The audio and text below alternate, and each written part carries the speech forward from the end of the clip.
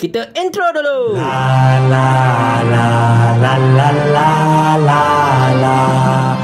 Okey, nak tanya Cikgu Bat lah kan. Kita direct soalan pertama teruslah. Cikgu Bat seorang yang sangat-sangat berpengalaman lah dalam politik kan. Bermula dari gerakan anak muda kan di jalanan, sampailah pernah masuk dalam organisasi dan sekarang ini telah pun keluar daripada organisasi itu menyertai organisasi lain sebagai ahli biasa, tetapi masih lagi mengekalkan rentak politik yang sama dan sebagainya kan. Tetap mempunyai prinsip. Orang kata apa? Perjuangan adalah pelaksanaan kata-kata. Itu kata keramat Cikgu Bat tu. Okey, kita nak tanya Cikgu Bat satu soalan yang kira pembuka bicara lah secara cerita.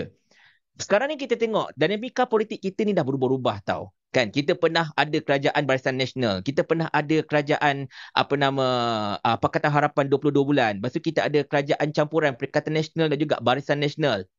Kemudian kita kembali pada kerajaan Pakatan Harapan bercampur pula dengan Barisan Nasional pada ketika ini kan.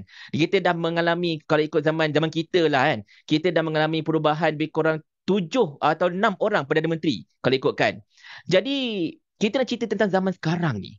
Sebab ramai sangat orang suka bernostalgia zaman dulu-dulu, kita nak cerita zaman sekarang. So pada pandangan Cikgu Bat secara umumnya, macam mana dinamika ataupun iklim politik tanah air dekat negara kita ini secara pemerhatian yang orang kata apa, rambang lah. Sila. Pertama sekali saya boleh jelaskan, we are heading to nowhere. Negara ini bukan saja terkeluar daripada track dia, malah tidak ada hala tuju.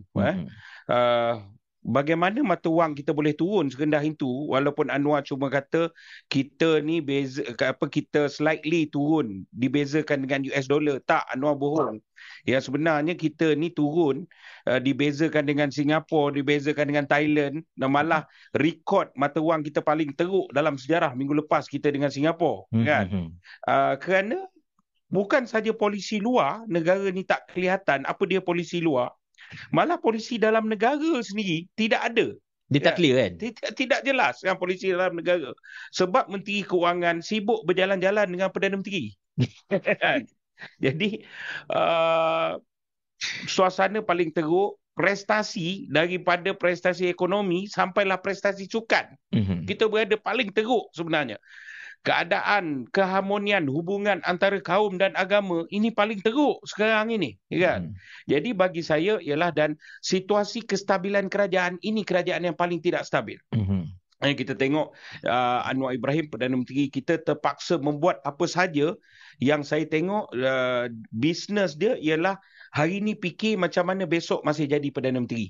Jadi bagi kata saya ini suasana yang sangat tidak baik, sangat tidak elok bagi negara dalam keadaan geopolitik dunia dan geopolitik melibatkan ekonomi dan keselamatan dalam keadaan sangat laju berjalan, tapi Malaysia seperti terkapai-kapai lemas dalam urusan domestik yang tak sudah-sudah. Saya tertarik tahu bila Cikgu Bat cakap berkenaan dengan kita punya prestasi geopolitik, prestasi ekonomi kita ni macam bukan sekadar stagnan tapi macam regress kan. Sebab kalau kita perhatikan tuan-tuan dan puan-puan sekalian, dan saya rasa Cikgu Bat memang sangat-sangat mengetahui perkara ini, dekat rantau Asia Tenggara ketika ini memang prestasinya adalah prestasi inflow, di mana pelabur-pelabur luar berebut-rebut untuk membeli equity, membuka pelaburan real investors dekat negara-negara ASEAN disebabkan oleh orang kata apa, ekonomi ASEAN ketika ini tengah booming. Of course dia dilonjakkan dengan suasana geopolitik dunia lah, dengan ketidaktentuan antara orang kata apa, krisis Russia Ukraine, dengan masalah US nak orang kata apa default dan sebagainya, di mana Asia Tenggara ini dilihat sebagai destinasi ekonomi yang boleh katakan berdaya saing untuk tempoh at least 10 years above daripada sekarang ni. Tapi dalam pada Asia Tenggara ni Cikgu Bat, bila kita lihat Asia Tenggara ini menerima inflow yang begitu banyak, kita lah boleh katakan antara negara, which is tak banyak pun negara dekat Asia Tenggara ni, mungkin kita antara 2 or 3 countries yang mencatatkan outflow. Pelabur-pelabur luar menjual equity-equity dekat Bursa Malaysia. Dan kalau ikut laporan, saya ada buka satu video pagi tadi, kalau ikut laporan media, kita mencatatkan outflow daripada Bursa Malaysia sebanyak 2.96 bilion, 2.96 bilion ringgit Malaysia telah dijual equity-equity tersebut oleh para pelabur luar. Dan basically ni yang kena tampung semua ni ialah kita punya institusi tempatan lah, macam KDSP dan sebagainya. Jadi pada pandangan Cikgu Bat kan, sekiranya kalau trend outflow ini berterusan, what will happen to our country? Apa akan jadi pada negara kita secara asasnya?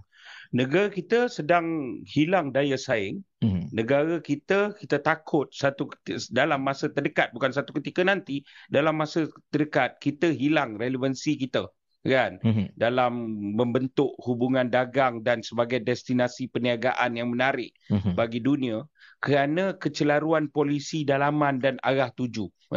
Negara Malaysia tetap negara yang sama, rakyat yang sama, sumber keberadaan sumber sama ada hasil bumi ataupun human resource yang sama, tetapi oleh kerana kegagalan kerajaan itu sangat jelas, orang takut nak melabur. Mana tak takut nak melabur? Sebab saya bagi contoh, selama ini kita disajikan dengan teori-teori ekonomi, formula-formula yang kita rasa wow, kan? Tapi akhirnya kita tengok dia jahanam. Saya bagi contoh antaranya ialah dalam buku teks ekonomi cakap naik OPR, orang tak bawa lagi keluar duit. Orang simpanan duit. Betul. OPR ini untuk stabilkan mata wang dan ni. Itu buku teks. OPR hanya sebahagian kecil daripada faktor kemenentuan bahawa nilai mata wang dan orang nak bawa masuk duit ke dalam negara, kan? Tetapi hanya itu yang dibergantung. Akhirnya OPR kita naik. Hutang mata wang, hutang penduduk tempatan, hutang domestik kita semakin meningkat dan menjerut. Kadar orang tak bayar hutang semakin tinggi.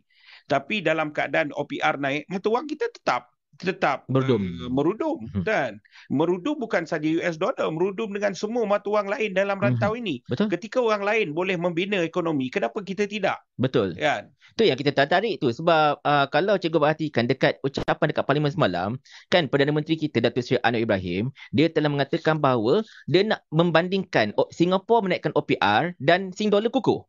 Tapi betul lah macam cikgu buat kata kan, bila kita naik ke OPR, the reverse effect berlaku, which is mata wang kita semakin merudum. Dan saya sebenarnya suka nak ulang ayat-ayat daripada Datuk Seri Anwar sendiri.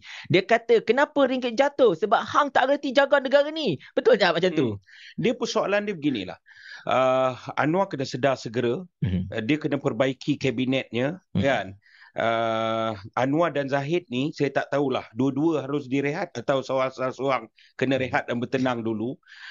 Saya bagi contoh ini yang kawan-kawan UMNO bagi tahu saya semalam. Dia orang rasa kecewa bila Rafizi dijemput oleh UMNO dalam persidangan UMNO untuk bagi tahu, menerangkan berkenaan dengan polisi ekonomi dan sebagainya dalam kemuncak setelah Rafizi sedang dibuktikan gagal. Sedangkan dalam UMNO ada orang macam Tok Jo contoh. Tok Jo, yes.